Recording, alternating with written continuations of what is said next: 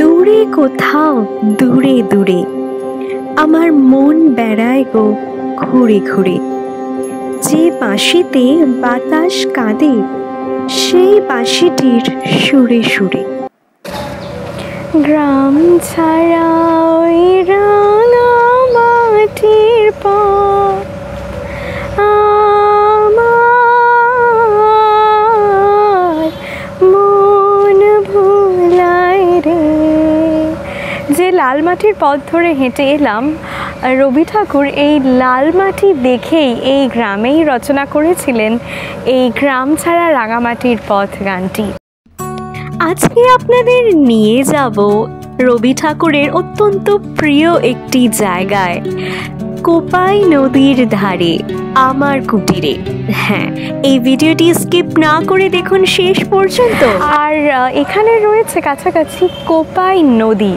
ওই নদী আর পাড়েই উনি রচনা করেছিলেন সেই বিখ্যাত সহজ পাঠের কবিতা আমাদের ছোট নদী। শান্তিনিকেতন ভ্রমণ করতে সাবস্ক্রাইব করুন আমাদের চ্যানেল, লাইক করুন, শেয়ার করুন এই ভিডিওটি। আর এইখানে এসে দেখুন, এখন এসে গেছি এটা আমার কুটির সোসাইটি এরিয়াতে। খুব সুন্দর দেখতে লাগছে চারিদিকটা, শান্ত পরিবেশ, বিকেলের দিক হয়ে গিয়েছে। এখানে এসে একটু রিফ্রেশমেন্ট, একটু লস্যি খেয়ে নিলাম, তারপরে ঘুরে দেখবো চারিদিকটা একটু। কি গাবো আমি, কি শোনাবো আজি আনন্দ ধামে, পুরবাসী জনে এনেছি ডেকে তোমার অমৃত নামে। গত পর্বে আপনাদের দেখিয়েছিলাম সোনাঝুরি হাট। আশা করছি মনে আছে সেই বাউল গান, আদিবাসী নৃত্য। আর আজ এই লাল মাটির পথ ধরে এগিয়ে চলেছি আমার কুটিরে। এই লাল মাটির টানেই ফিরে আসি বারবার এই আনন্দধামে। আপনাদের সাথে আজকে শেয়ার করব আমার কুটিরে যাওয়ার অভিজ্ঞতা। দুধারে এই জঙ্গল, এই বন, তার মাঝে এই লাল মাটি দেখতে দেখতে মন ভরে উঠল। আসুন আমরা এবার লাল মাটির পথ ধরে আরও এগিয়ে যাই আমার কুটিরের দিকে। পৌঁছেই দেখতে পেয়ে গেলাম বনবিথির হেসেল। এখানে আপনারা লাঞ্চও সেরে নিতে পারেন। আমরা যেহেতু লাঞ্চ করেই গিয়েছিলাম, তাই এই দুপুরের রোদে একটু ফ্রেশ হয়ে নেওয়ার জন্য কিনে নিলাম লস্যি। দারুণ ছিল কিন্তু এই লস্যি।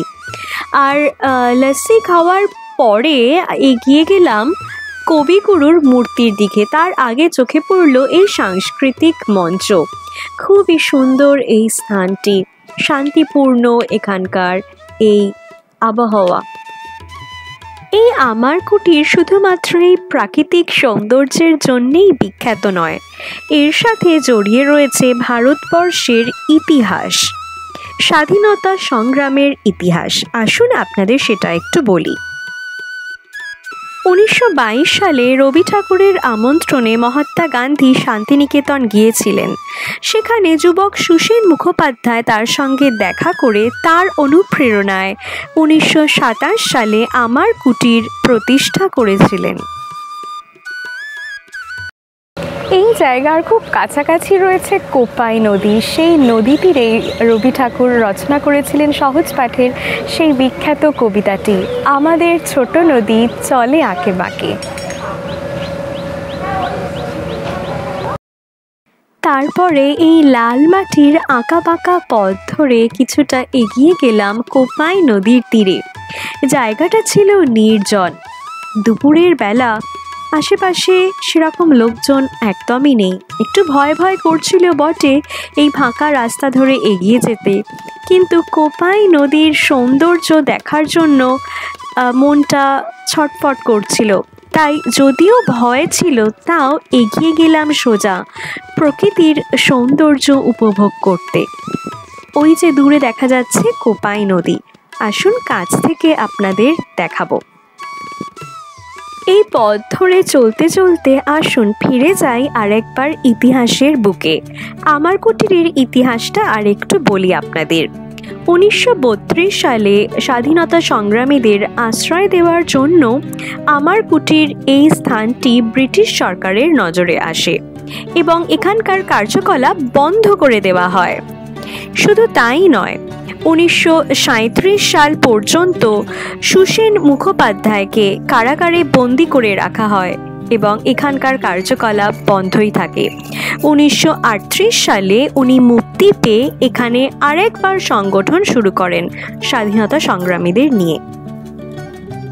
স্বাধীনতার পরে এই আমার কুটির গ্রামোন্নয়ন সমিতিতে পরিণত হয়। এর মূল লক্ষ্য হয়ে ওঠে গ্রামীণ কুটির শিল্পের উন্নতি। প্রাক্তন বিপ্লবী পান্নালাল দাশগুপ্তের প্রচেষ্টায় এই আমার কুটির সোসাইটি ফর রুরাল ডেভেলপমেন্ট এই নামের এই সংস্থাটি স্বেচ্ছাসেবী সংস্থায় পরিণত হয়। এখনও এই আমার কুটির গ্রামোন্নয়নের সাথে জড়িত এবং মহিলা গোষ্ঠীদের স্বাবলম্বী হতে সাহায্য করে।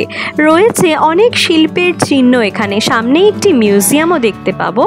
তার ভেতরে আমরা দেখতে পাবো এখনও কিভাবে তাঁত তৈরি হয় এবং রয়েছে তখনকার দিনের তৈরি নানান জিনিস। এই যে এর ভেতরে আমরা এবার প্রবেশ করব প্রদর্শনী কক্ষ। এই প্রদর্শনী কক্ষের ভেতরে ক্যামেরা অ্যালাউড ছিল না, তাই আপনাদের ভেতরটা দেখাতে পারলাম না। এরপরে আমরা এগিয়ে যাচ্ছি আরেকটি ঘরের দিকে। এখানে দেখতে পাবো যে তাঁত বোনা হচ্ছে এখনো। আর আসুন এবারে আমরা ফিরে যাব আমাদের হোটেলের দিকে। চলে আসছি আমাদের টোটোর দিকে। আমাদের টোটোওয়ালা অনেকক্ষণ অপেক্ষা করেছেন আর এই সেই প্রিয় পথ ধরে আবার ফিরে যাচ্ছি হোটেলের দিকে এবং মনের মধ্যে আশা রয়েছে খুব শীঘ্রই ফিরে আসবো আবার শান্তিনিকেতনে। কলকাতা থেকে কিভাবে শান্তিনিকেতন আসতে হবে সেটা আপনাদের আগেই বলেছি। আসা খুবই সহজ।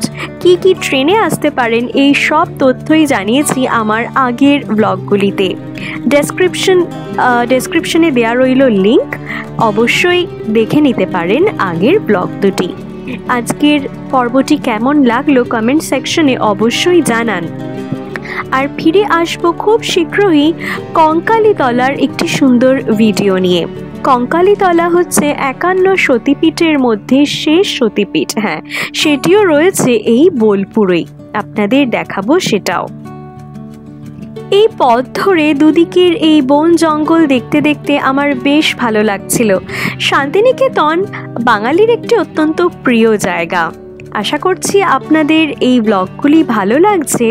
আর আপনারা যদি আগে এখানে এসে থাকেন আপনাদের অভিজ্ঞতাও শেয়ার করুন।